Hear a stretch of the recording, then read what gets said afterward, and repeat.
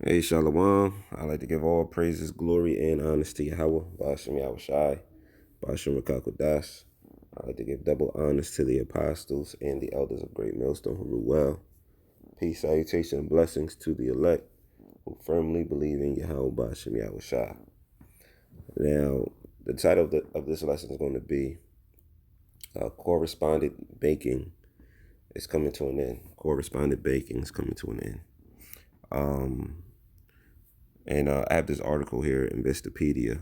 What role does a correspondent bank play in an international transaction? It says a correspondent bank is most typically used in international buy, sell, or money transfer transactions to facilitate foreign currency exchange and payments. What is a correspondent bank? A correspondent bank is a bank in one country that is authorized to provide services for another bank or financial institution in a foreign country. The most common services provided by a correspondent bank are currency exchange, handling business transactions, and trade documentation and money transfers. How correspondent banking works. Correspondent banking works through an agreement between a foreign and domestic bank where a correspondent account, usually referred to as a Vostro or Nostro account, is established at one bank for the other. Correspondent banking typically involves the two banks establishing reciprocal accounts with each other. These accounts are established to enable the domestic bank to make payments or money transfers on behalf of the foreign bank. Such correspondent accounts enable banks to handle international financial transactions for their customers that ordinarily require foreign currency exchange, such as those that commonly occur between an exporting business in one country to an importer in another country.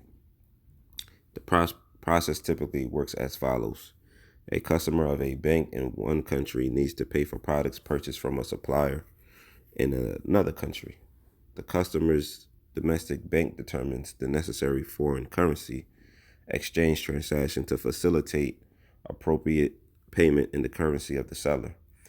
This is why I say correspondent banking is coming to an end, because now what they call the net attacks, because you got to be wise in the words that you choose, when marrying the scriptures, with these articles, when they start talking about a net attack, and digital, wars, warfare, and things of that nature, you know, we have the understanding that it's all alluding to a purpose. All of these countries are on the same team. News just recently came out that Australia, they're actually shutting down all of their ATMs. What's the purpose of an ATM? To take, you use your card to extract, money from it, Federal Reserve notes, dollars, right? Now, if you're shutting down the ATMs, how can one receive dollars from their account? The purpose is what? Gradualism. They want to get you used to not using paper money anymore, you know? So, I believe I witnessed something the other day with Russia. They also said how they want to come, and start to begin to use one world currency. You see what's going on over there. They say a dollar here in America is equivalent to 1 penny in Russia. So their money system is crippling. Their stock market is crippling. But all of these series of events, is going to trickle down to all of these other countries. And it's going to come here to America very soon. But this is why I'm gonna read this again, and this is why I say, the correspondent banking is coming to an end, because it's going to be one form of payment, one currency in which all of these countries are going to use, and we know that to be the MOTB, you know, written in the scriptures. It says the process typically works as follows. A customer of a bank in one country needs to pay for products purchased from a supplier in another country. The customer's domestic bank determines the necessary foreign currency exchange transaction to facilitate the appropriate payment in the currency of the seller. Now if you have the MOTB, that eliminates that process being done. It makes life easier for them, right? Because it's just one currency. And it says it deducts the appropriate amount from the customer's account, then instructs its correspondent bank in the supplier's country to pay out the corresponding amount to the supplier and the supplier's currency from the domestic bank's correspondent account with the foreign bank, you know. But there's a little bit more to the article. I guess I'll finish it out, right? It's not much left. The value of financial advice during market swings. Seeking financial advice can help you prepare for downswings and seek out new opportunities in the markets. Yeah, that ain't giving out too much. But yeah, that's what's happening. That's what's happening. A lot of these ATMs are being shut down, and things are gravitating towards CBDCs. The central bank digital currency. So everything's gradualism. And we know where all of this is alluding to. We know where all of this is alluding to. That chip, man. That's where it's coming to. All praise Yahweh Shem Yahushua.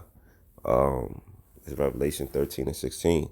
And he calls of all, both small and great, rich and poor, free and bond, to receive a mark in their right hand or in their foreheads. And that's going to be the new form of deposit. Them shutting down these ATMs to where, they can't use cash anymore. It's going to force them and cause them to receive it in their right hand or in their forehead. Because marvel not if there's no more forms of debit cards. Marvel not if there's no more credit cards. There's just this one particular device that's going to allow you to purchase things. Everything's done in gradual steps. It says, and he calls of all, both small and great, rich and poor, free and bond. So whether you're small in this world or great in this world, whether you're rich in this world, poor in this world, whether you're in jail or in prison or free, they're going to come up with systems to cause you to get this mark, to get the MOTB, man, to receive a mark in their right hand or in their foreheads. And that's where the most frequency lies, as far as the energy within our bodies. The Bible is on point, man. It don't miss. It hits every time. This is the spirit. It says, verse 17, that no man might buy or sell, save he that had the mark, or the name of the beast, or the number of his name. This MOTB is also going to serve as, your medical records. When you dig into the word, it goes into graphos. And it's also going to be your medical records, So it's going to be the one-stop shop, so to speak. It's going to be designed to make your life easier. It's going to be designed to make your life, more convenient, and things of that nature. And that's how Satan overcomes prey, by making your life more convenient. Fast food, that was set up to make your life more convenient, right? Yet it's causing heart disease and all types of cancer within amongst the tribes, so-called Negroes, Latinos, and Native American Indians. So anything that's convenient or easy, you should be saying no to. Anything that's free, in which the government is giving, you should say no to, because it's all for the point of control, right? It says that no man might buy or sell save he that had the mark. That's why we say that this not taking a MOTB is a faith thing. You could tell this to the average Joe who don't even know Yahweh Shem Yahushua. You'll tell them the sinister ways of it, and like, oh, I'm not taking that. Yeah, right. You don't believe in nothing, and then you might find yourself to be a Christian, and you may feel like, oh, this is sinister. There's something sinister about it, and you say you're not going to take it. Look, man, if you ain't of the elect, you're going to take that chip. You're going to take that MOTB, man. It says, and that no man might buy or sell save he that had the mark or the name of the beast or the number of his name. Here is wisdom. Let him that have understanding count the number of the beast, for it is the number of a man. His number is 603 score and six. And that's going back to the chip, man. Because when we look into that word mark, the Greek word is charagma, which means a thing inserted, a thing imprinted, a stake. It can't be nothing else but that. CHIP, man. Can't be nothing else but, So we in that time, the world is getting staged. The value of the dollar is collapsing. They're shutting ATMs down, and these places are gearing up and preparing for it. However, this isn't being spoken on in your mainstream media news. But this is why the prophets look into geopolitics. Seeing what's going on, in other countries. So that we can marry it with the scriptures and let you know what time you're living in. Let you know what time we're living in. Let me get Revelation. In fact, let me start at Job 5. This is Job 5 and 12. He disappointed the devices of the crafty so that their hands cannot perform their enterprise. Why is he going to be disappointed? Because he's putting so much time, so much energy, so much money into this NWO, man, to attempt to establish a one world government, to establish a one world currency, and that's something that they actually have tried, in times before. They tried it during the Greek Empire. They tried it during during the time of Nimrod, where they attempted the one world government, but the Lord was never with it. The Lord is a separatist, The Lord, is into division, so here it is, you Edomites are trying it for the second time, but it's not going to come to pass, Crashing the dollar, that was a step closer to establish, a one world currency, and these agendas have been going back 20 plus years. They've been causing events and actions to happen to further cripple the dollar.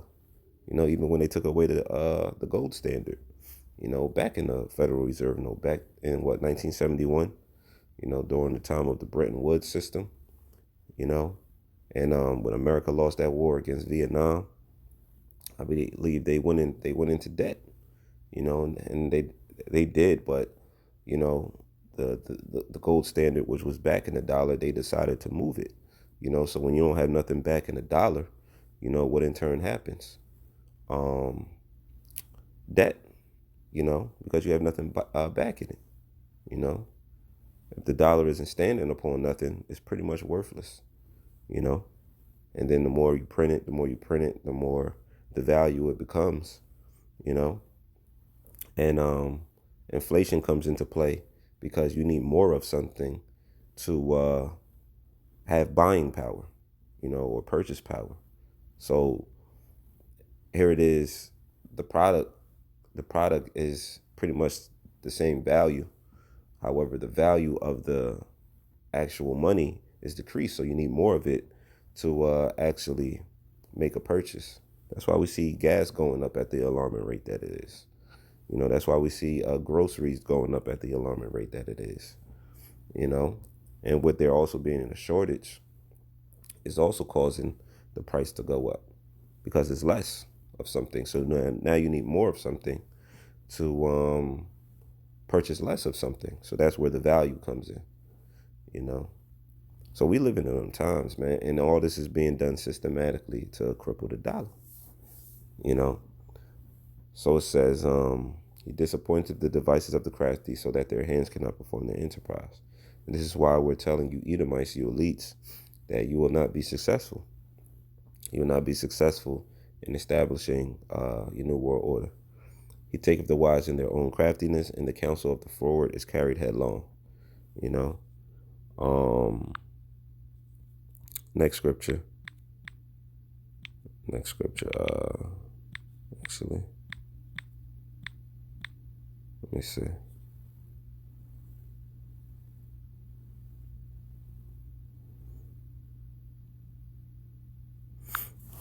See, when the Lord destroyed, the Tower of Babel.